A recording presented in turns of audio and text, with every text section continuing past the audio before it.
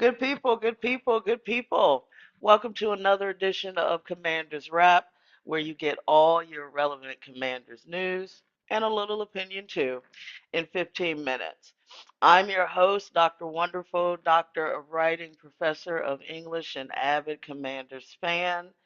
And unfortunately today, Kevin could not join us. He's having some technical difficulties. So we do have actually a very special guest co-host for our listeners. I reached out to uh, David Harrison, credentialed media member from Locked On Commanders, SI.com, and WUSA 9 about joining our show today, and he was very gracious and is being very gracious with his time this evening. And so he is going to actually be my co-host. And this is a fan show, so I get to ask David some questions from a fan perspective, and that's what I really appreciate that about it. So we're gonna dive right in. The first thing we're gonna talk about, David, we've got to recap.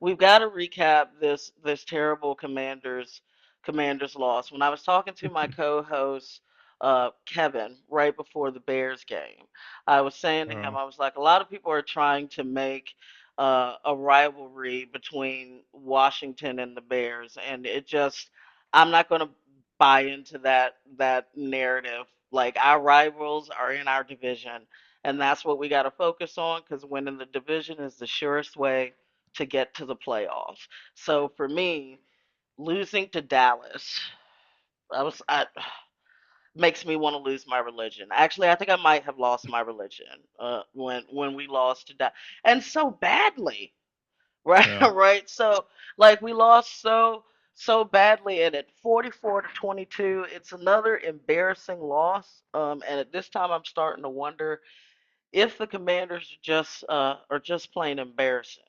So I've actually got three questions hmm for you, David, since you've got pretty much the whole segment. What I really want to know is, why are we so bad? Because this is stunning. This collapse yeah, is, for me, it's a collapse, right? Like, mm, this is a stunning 180. I don't care what anyone says, right? So, why are we so bad? What in the world do we need to do to fix it if we can? hmm And lastly, who's losing their job if this stuff stays the same? Because I can't yeah, imagine that some real changes would not happen at the end of this year, personnel wise, coach wise, whatever, yeah, if this stays the same. So those are my three questions. Why do we suck? How can we unsuck? And who's losing their job if we keep sucking? yeah. No, I love the way you put those. You know, it's hard to tell. I'll kind of go backward, right? Like it's kind of hard to tell who might lose their job, right? I think that certain people's roles could certainly change. And honestly, I think that in some ways, without knowing definitively what kind of conversations are happening within the coaching staff, Joey Jr. being forced to I don't say forced. That's a bad choice of words because I don't know that he's necessarily being forced to, but at least the conversations are being had that, hey, Joe, you need to pare down your defense. And, I kind of had this conversation on Locked On Commanders recently. Like, you can use the word pare down, you can use the word simplify, whatever it is. I think Joe called it like removing some layers. You know what I mean? They're all synonyms as far as football is concerned. Really, what you're doing is you're taking a, complex system of checks, reads, and calls, and you're minimizing it, and you're reducing it essentially to the point of basic football. Now, how far down that goes, I don't know that answer right now. But what I can tell you is, and I don't think a lot of people remember this, like the defense went through this process last year as well. And I think that what it really stems from is Joey Jr. on the defense specifically really believing in his guys. And so the thing to understand is, like, while this is all negative on tape, it's all negative on the field and the stat box and all that stuff. It really is born of confidence. It really is born in Joe Witt Jr. believing that his guys had the capability to operate the system and wanting to give them the opportunity to do so. So when you kind of put that lens on it, it's maybe not as terrible. Clearly, you kind of wish that they would get to the point where they realize, hey, it's not working a little bit faster. But for me personally, coming from a dog training background, like you have to you have to give things time to really take hold, and it's not always easy to know when the right time to kind of cut bait on the current process is, and sometimes you go too far with it, and sometimes you might even have stopped short with it. I've had situations, and they're not apples to apples, right, but training processes are somewhat at least in the similar realm. I've had processes where I cut bait on a technique and a method, and then eventually I came back to that same technique and method and gave it a little bit more time, and voila, it worked. So it's hard, and in today's NFL atmosphere of impatience, there's just even more pressure to get it right. So I think that has a lot to do with it. But if we go back to last year, it was, I mean, honestly, it was right around the same time as well in the year that they kind of pared down the defense a little bit. The defense got a lot better. I mean, they didn't become, best in the league by any means, but they certainly became manageable.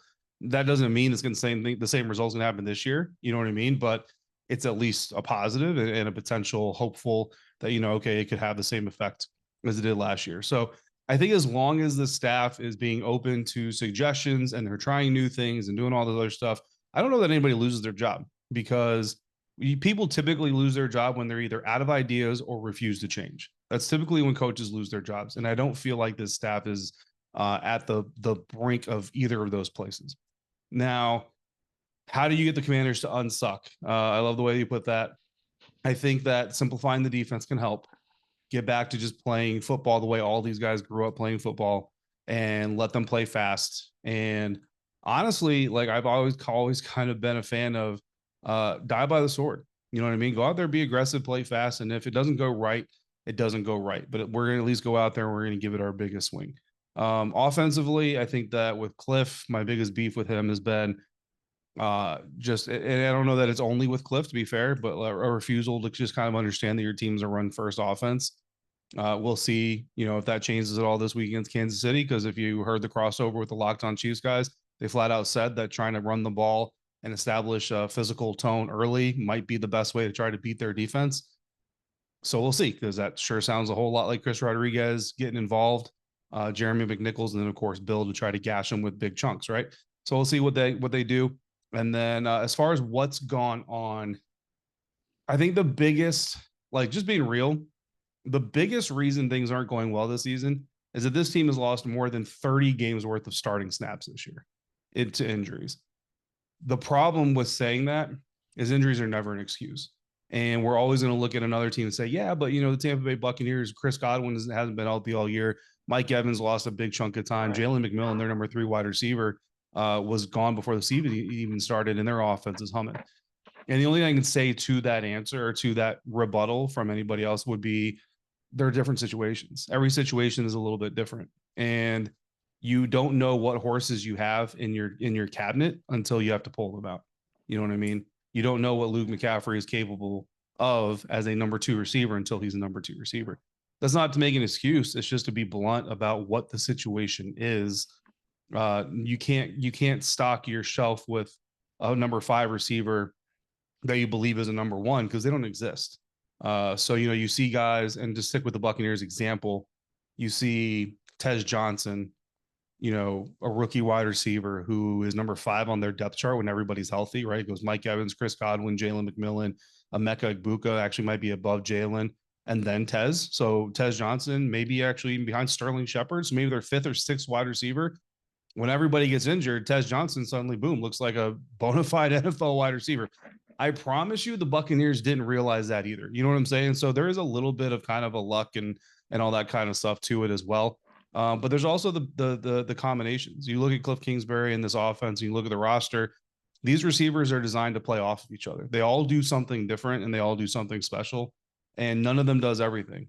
Whereas you have other systems like in Tampa, for example, and some of these other places where all of their receivers are kind of the same. So even when one goes down, you have a similar type receiver stepping up. And maybe that's a better route to go. I don't know. Everybody's going to have their different way of doing it. But I think that also plays a role in it as well, is who you have available to step up in year 2 of what is still a rebuild of a struggling franchise.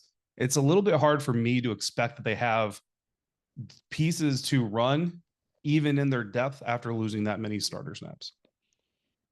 Right. Uh, thank you, David. Two things I'll say. Two things and I'll shut up. Uh, two things and I'll Oh, respond. you? I just I talked. I hear don't even know you. how long I just talked for. So it's your show. Yeah, You no. talk as much as you need to. Yes. Well, there were one thing I feel like I've heard this before, right? Pare down defenses, and I'm not just talking about this regime. I feel like I heard this in Ron's thing before, and I just feel like I've heard this with our defense before. We need to pare it Mm-hmm. down. It's a little complex, so forth and so on. And I never know how to take that, right? Maybe it's because I'm an educator, and I understand that football, just like basketball, just like baseball, is still a child's game. I understand when people say football is simple, but they don't mean like it's hopscotch, right? Right, Mm-hmm. in that type of way. And I go, I don't know how to take that because are you saying they can't? I don't understand how a simple defense could be a good one. Are you saying they can't pick it up? Is this about football IQ? I start to question those type of things because I just don't get it, right? Through many Yeah. defensive coordinators, this, that, and the other. And so I hear you, but I'm also like, there's a part of me that doesn't buy it because Yeah. I've heard that many times. Well, let's just pare it down. Let's just get it simple. Like, but no, why can't you pick up this defense? From everything that I've heard, it's cover three fire zone. And I don't Mm-hmm. even know what that is, but that sounds like Mm-hmm. two things. At its base, it's cover three fire zone. So Mm-hmm. that sounds pretty simple. So for whatever reason, they're not picking that up. Yeah. Right, right. It's like when I didn't like the guy before, I can't even remember his name, whether it was Hazlitt or whatever, but the zone Yeah. match stuff. Well, let's get more simple. Okay, so they can't zone match. This is starting to get weird for me. So that's why I'm like, I don't know if I'm buying this. It's cover three fire zone. Mm-hmm. And so how now you say we're paring it down, it's weird. So that's my one thing there. And my other Yeah. thing, I think we as fans understand that of course it's hard and each individual season is unique. But I think for me as a fan and someone who's only a fan of DC sports, like Mm-hmm. and their teams, um, my envy is that other teams are consistently good and consistently find a way to get to the playoffs. And Yeah. fan bases don't have to worry about them, whether they're the Steelers or, they're always going to be in the playoffs. They might not, and that type of consistency hasn't been with the Commanders for a long time, right? I think honestly Mm-hmm. we can only trust that with the Caps. I'm always like, Mm-hmm. I'm just gonna fast forward to the playoffs because the Caps will be there. But Mm-hmm. it's hard to trust that with any of the other teams. The Nats, the Caps. I mean, not the Caps, but the Nats, the Yeah. Mystics, all of them. And one could argue they're the three teams that got us our most recent championships. Mm-hmm. And so for a fan, for me, I'm like, I have a 3-year plan. I don't know if I can trust them until they make the playoffs 3 years in a row Yeah. because we've seen this. So what do you say to the fans? They're like, we've seen this song and dance before. We have a nice year. It's a playoff run. It feels magical. We think things are going to move forward the next year, and here we go. So those are my two things. Cover Yeah. three fire zone. This seems simple. What's happening? And what do you say to fans who just want consistency? So as far as consistency is concerned, that's the dream of every fan base, right? Like you want your team to be able to represent you, because as much as fans represent the organization, they feel like the organization represents them, right? If the organization's trash, then you feel like trash because all your friends who don't represent trash organizations are going to treat you like trash. They're going to talk trash to you and just further that. So I went through that with Buccaneers fans. I covered Tampa Bay Buccaneers for a long time. So believe me, I've been around fan bases that feel abused and neglected by their franchises before, not to the same level as the team was before Josh Harris, but believe me, I've been through this before with teams. And once Tom Brady left Tampa, I mean, I was actually pretty impressed with how quickly Bucks fans went to, okay, back to the basement we go. You know what I mean? Shut off the lights, bring us our porridge, bring us our tepid water, and we'll just sit back down here and hope for a miracle season yet again. And they're through the roof because Baker Mayfield has been a real thing. And even though they've had three offensive coordinators in the last 3 years, their offense continues to hum and they're making the playoffs and they're leading the NFC South and all this other stuff. But this, I would say, last postseason is really the first postseason because even though I don't cover the Buccaneers anymore, plenty of Buccaneers fans still follow me on Twitter, interact, all that kind of stuff, and I still have friends on that beat, so I still keep an eye on it, of course. On top of I know some of the guys there, you know what I mean. So they're good people. I wish them success, except for when they're playing the Commanders. Um, Last year when the Commanders beat the Buccaneers in the wild card round, like I was there. I watched that game. It was a very well played game. I don't think either team gave it away. I think the Washington Commanders, 4 minutes left on the clock at the end of the game, drove down the field with intent, bled the clock, and with very much what their purpose was to set up a game winning field goal try. They weren't looking for a game winning touchdown. Obviously, if you can get it, you're going to take it, right? But their intention was set up the field goal. They set up the field goal. They Right. got it. The amount of Bucks fans that came out and said it was luck, and oh well, if the Bucks would, it was very arrogant, and I was proud of them. I was like, oh man, like look at the Bucks fan base being an arrogant fan base that the only way they lose is if somebody else gets lucky. That's amazing because that means you're now comfortable with success. I want the Commanders fan base to get there too, and believe me, I want this. If this season was going better, I think that you all would be closer to that already than it took Bucks fans because this is a proud fan base that has a history to look back on. So I get that. I totally get that. The only thing I would say about it is this. The difference between this last Commanders playoff team, right? Last year, 12 wins, running the NFC Championship game, and the one before that is the playoff team before that had a losing record. You know what I mean? Like that playoff team was much more about the teams around it failing harder than it failed Right. than it being successful. And Ron Rivera even said, I remember this, I wasn't even covered the team yet. And I remember watching Ron Rivera's press conference because I was covering the Buccaneers who played the Washington Commanders, right? Or football team. And Ron said, we're literally playing with house money. We can't lose. And I was like, man, that is a terrible, like, I'll be honest with you guys. I was laughing from a distance. Like I'm covering the Buccaneers. I was laughing at that because I'm like, that is a terrible, terrible message to Yeah. send to your team, to your franchise, and to your fan base is that we've already won the race. Like you basically just stopped 5 miles short of the marathon and saying that you won the race. Like that was really sad to me. So I would just put it in Yeah. that perspective is the last time this team was actually successful, they weren't really successful. They were just less unsuccessful than everybody else, right? Right. Last year, they won 12 games. That's Right. hard to do. And this year's schedule is harder than last year's schedule, but those are still NFL teams out there. Those are still NFL players out there. It is still hard in the National Football League to win week in and week out. That's why every week there's people asking, are the Tennessee Titans going to beat the Colts this week? Like, is this going to be the week that happens? Because it's the perfect trap game, right? Right. There's a reason those kinds of things happen. You see the Carolina Panthers 2 years ago, everybody thought Bryce Young was going to be a first round bust. Now Carolina Panthers fans are freaking out because Bryce Young is hurt and they got to lean on Andy Dalton. That they can't fathom that their franchise quarterback isn't playing this weekend. So like this game is really hard, and seeing them win 12 games, even with the one score games that yes, it could have gone either way. But then seeing them go through the playoffs, I mean, you just see the growth and the maturity of this team as it goes through, and especially in the quarterback. And that's why it wasn't a flash in the pan. That's why the 30 games, again, we're not even talking about this week. Like after this week, that number is gonna be much closer to 40 games lost in starter snaps. And it's not just the starting snaps, it's which starter snaps they're losing. You're losing your new edge setting defensive end. You're losing your new safety, who Will Harris.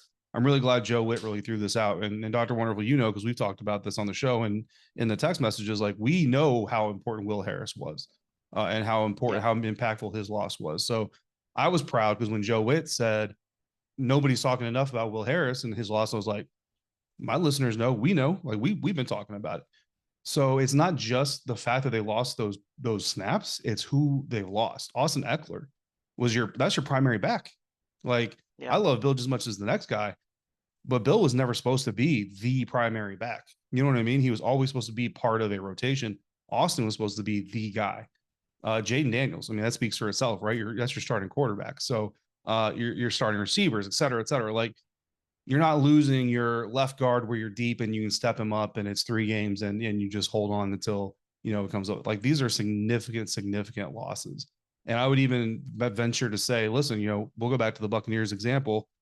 If they lose Mike Evans, Chris Godwin, Jalen McMillan, who they already lost, so they still have Emeka Egbuka, but they also lose Baker Mayfield and they've lost Bucky Irving for as many games as the Commanders have been without Austin Eckler. I promise you right now, the Buccaneers are not anywhere near as good as they are in this current situation. You know what I mean? So it's very real.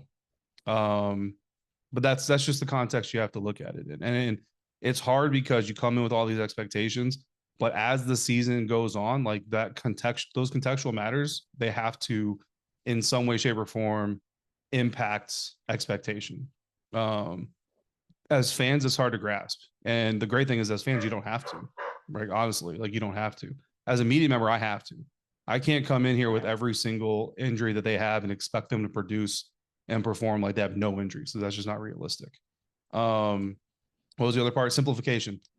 So, I mean, as an educator, you know this. If you have a student that's struggling, you never make it more complicated. You always make it easier, right?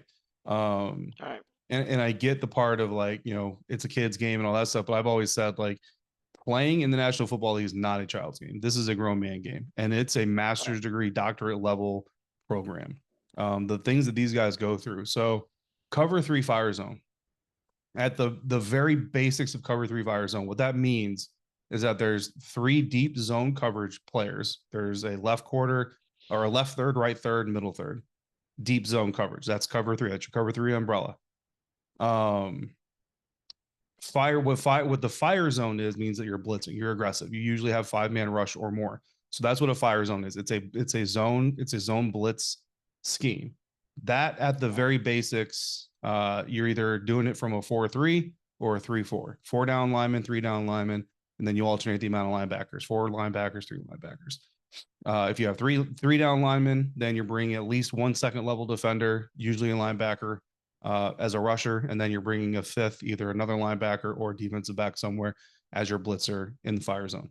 If you're a 4 down lineman, you're bringing no linebackers usually. It's just a 4-man rush to just your down lineman. Then you're bringing a linebacker as a blitzer, or from the second level, or a DB. That's the very basics of it. Now, where it gets complicated is in situations where, all right, let's say we run our fire zone cover three package out of a base 4-3 look. So we got 4 down linemen. We got 3 second level defenders. 2 of them are linebackers, Bobby Wagner, Frankie Luvu.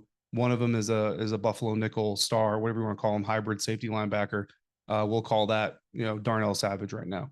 And then our 3 zones are going to be DBs. So the remaining players we got less are Mike Sanders still, Marshawn Lattimore, Quan Martin, and Trey Amos. And I think we're forgetting one. No, that's it. And if they're in shotgun 2-by-1, so they've got 2 receivers to the boundary side. The boundary side is the side of the ball, is the side of the field where the line of scrimmage has the least amount of space from the end of the line of the offensive line to the sideline. That's the boundary side. Field side is the widest side. So when you watch the game, that's what boundary side is. The field side is. When they're 2-by-1, which is 2 receivers lined up to one side, and that includes tight end, and 1 receiver lined up to the opposite side, which includes tight end or running backs who are split off. When they're 2-by-1 in shotgun to the boundary side, then our outside corner to the 2-by-1 boundary side is deep third, that side.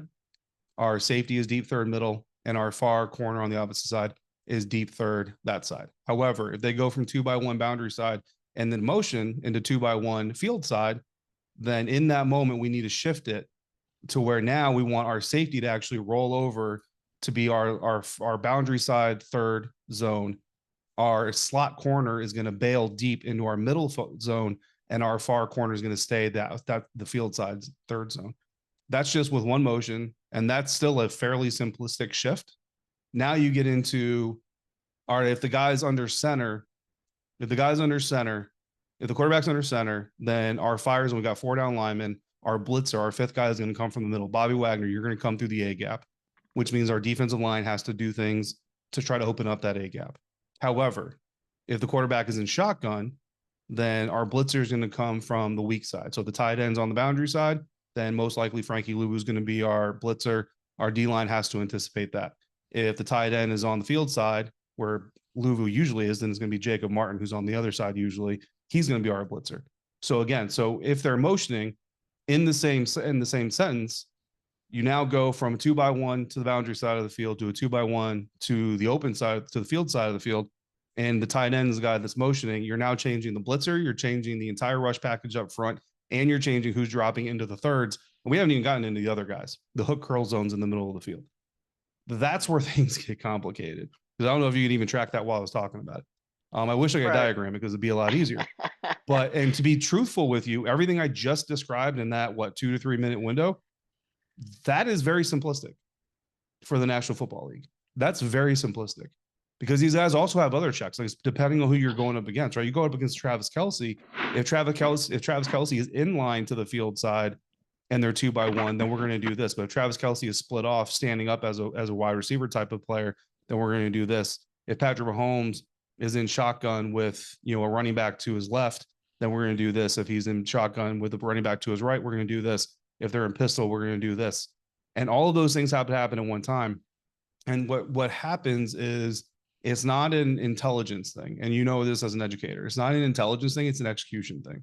We all have Right. students or people that we train or teach or coach, whatever synonym of teaching. Like they're all synonyms of teaching, right? Right. They all come from teaching. That's all we're doing. We all have those students that put them on a chalkboard, they'll nail it. Put them in the test room or put them in the field or put them in the operational environment and they hesitate. And that's what you're seeing from this defense is they know it. Like I can go up to, this player and say, hey man, shotgun trips left 3-by-1. This is the down situation, quarterbacks and shotgun. The read, the play call is cover 3 fire zone. What's your assignment? Boom, here's my assignment. Okay, cool. That tight end was on the left part of that trips package, motions to the right in line. What's your assignment? Boom, this is my assignment. But in the midst of it actually happening, it's part of it is lack of experience because lack of experience leads to lack of confidence, right? And when you have a lack of Right. confidence, what do you always do? You second guess yourself, or you want to be doubly sure this is what I'm supposed to do. On the offensive side of things, they don't have that problem. You know what I mean? If I'm Travis Kelce, I know on this play call, I'm going to start off split left. When Pat kicks his heel, I'm going to motion right. And at the snap of the ball, I'm going to run a post. And there's nothing for me to adjust to. There's nothing for me to read. There's nothing for me to think about because that's my assignment. And if I'm Right. Rashee Rice and I'm running a corner, I know that I need an inside break. I'm going to try to help get that safety over to Travis running that post. And I'm either going to clear that guy out on my corner route with me, and Travis is going to be wide open behind him, or he's going to pay attention to Travis, and I'm going to be open on the corner. And they don't have to think of any of these other things. So the offense already has the advantage of knowing what's coming, and now defenses have the added disadvantage of having all these different layers. But it comes from all the advantages that the offense has. I can get even deeper with it, but just Right. remember this: like in this conversation, we've talked about literally one formation and one check in one offensive look. Right. You know what I mean? So Right. now stack everything that an opposing offense is going to do for you. And oh, by the way, it changes every single week. Yeah. Gotcha. Yeah. And I thank you. No, I thank you for breaking that down because that's And like I could be what we wrong need. even. Cause Like Quan Martin hears me say what I right. just said. He's like, yeah, but you actually missed this. I'm like, oh, my bad. Right, right. But it's what us fans need because we're just like, why isn't this working? Right, Yeah. right, right. Like that's all we can go. Why isn't this working? And we want to blame one person, but in that you can just in that definition you can kind of see this is why they say it takes all 11, right? Mm-hmm. Because just in that, and this is why I can see just like you said in one of your past episodes, or like every play somebody's going to mess up. Yeah. So it's who and when and what that might cost because it takes all 11. Mm-hmm. So thank you so much for your analysis, David, and thank you for joining us. Do you have Yeah, any of course. final plugs you need to make or anything before we No, end? not at all. I appreciate the invitation as always. And yeah, it was a lot of fun. I know it's a lot, you know what I mean? So it's hard to digest it all. Yeah, yeah. But I, as always, appreciate the analysis, and I'm sure we'll be chatting and texting about the next game here on Monday night. So for Dr. Wonderful and David Harrison from Locked On Commanders, SI.com and WUSA 9, this has been your weekly edition of Commanders Wrap, where you get all your relevant Commanders news in about, 15 minutes or less. Thank you so much, David.